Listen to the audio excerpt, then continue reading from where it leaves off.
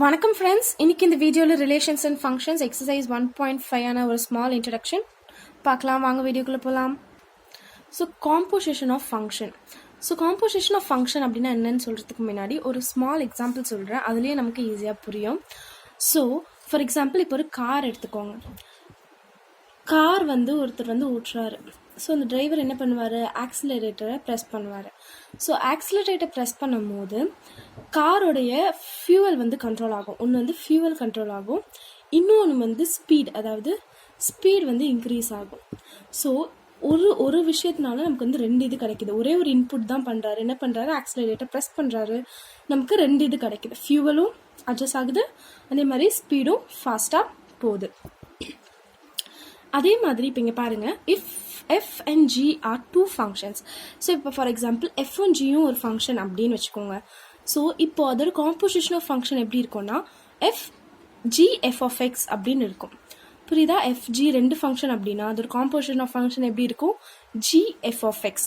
So இந்த composition of function நம்ம ஈஸியாக சொல்கிறதுக்கு ஃபர்ஸ்ட் ரெண்டு இது இருக்குது.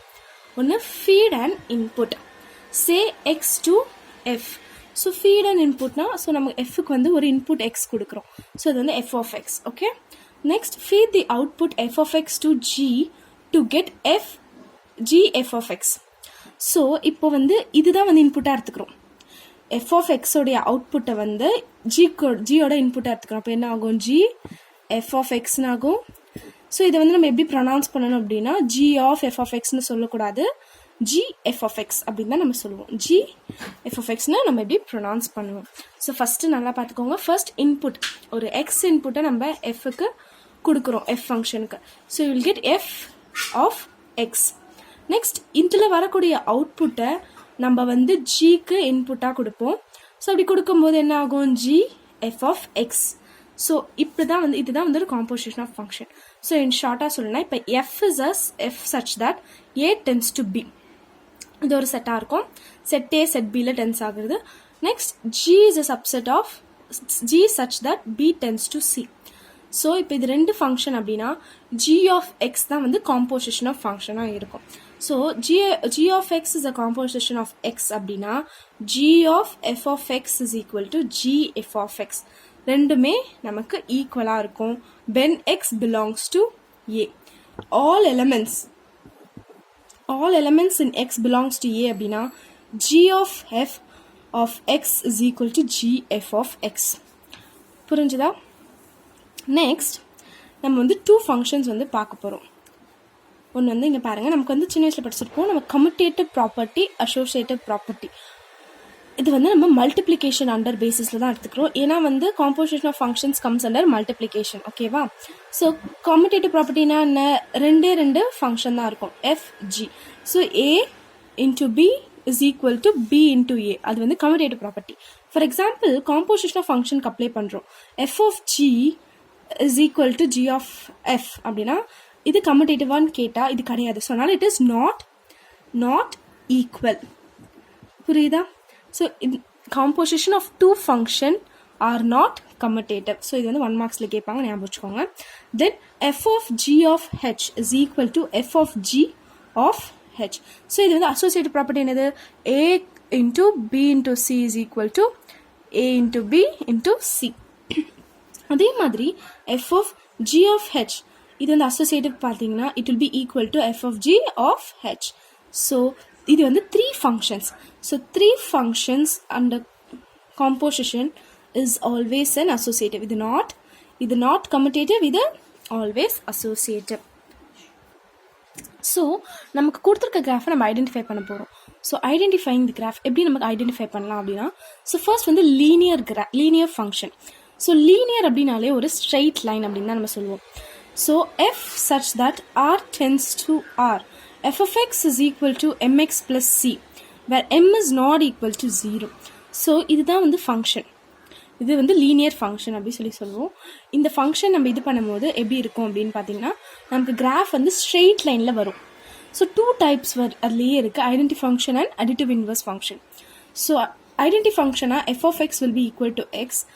இப்போ மைனஸ் எக்ஸ் அப்படின்னா அது அடிட்டிவ் இன்வர்ஸ் ஃபங்க்ஷன் அப்படி சொல்லுவோம். பாருங்கள், கிராஃப் நமக்கு இப்படி வருது, இந்த இது வருது, இந்த லைன் இதில் இந்த இது வருது. ஓகே. So straight line. இப்போ நெக்ஸ்ட் பாருங்கள், modulus or absolute valued function. So F such that R is equal to tends to 0 to infinity. F of x is equal to modulus of x. So இப்போ x comma x is greater than or equal to 0 அப்படின்னா நமக்கு graph வந்து எப்படி வரும், right hand சைடில் வரும், இந்த line வரும். இப்போ மைனஸ் எக்ஸ் கமா எக்ஸ்னா நமக்கு கிராஃப் வந்து இந்த சைடு நம்ம லைன் ட்ரா பண்ணுவோம். So modulus function is not linear but composite of 2 linear functions. பாருங்கள், ஒரு லீனியர் ஃபங்க்ஷன் இருக்குது, இன்னொரு லீனியர் ஃபங்க்ஷன் இருக்குது. So composite of 2 linear functions X and minus X. இதை வந்து நம்ம என்ன சொல்லுவோம், modulus or absolute valued function. Next quadratic function. So quadratic function அப்படின்னாலே பவர் வந்து 2, நல்லா நினச்சிக்கோங்க. ஏதாவது ஒரு பவர் வந்து 2ல் இருந்தால் அது வந்து நம்ம குவாட்ராட்டிக் ஃபங்க்ஷன் அப்படி சொல்லுவோம். So R such that R F such that R tends to R F of X is equal to A X square plus B X plus C. So இப்படி தான் ஒரு ஃபங்க்ஷன் இருக்கும். இது வந்து ஒரு equation. Okay. So A X square plus B X plus C. So பாருங்கள், square வந்திருக்கா, so அது குவாட்ராட்டிக் ஃபங்க்ஷன். வேறு A should not be equal to 0. இப்போ ஏ வந்து 0 தவிர மிச்சம் எல்லா வேலையுமே இருக்கலாம். So F of X is equal to X square comma X. So இதுதான் நமக்கு இப்படி இருந்துச்சுன்னா நமக்கு கிராஃப் எப்படி இருக்கும்னா இந்த மாதிரி ஷேப்பில் இருக்கும். ஸோ இது வந்து பேரபலா அப்படி சொல்லுவோம், பேரபலா. ஓகே.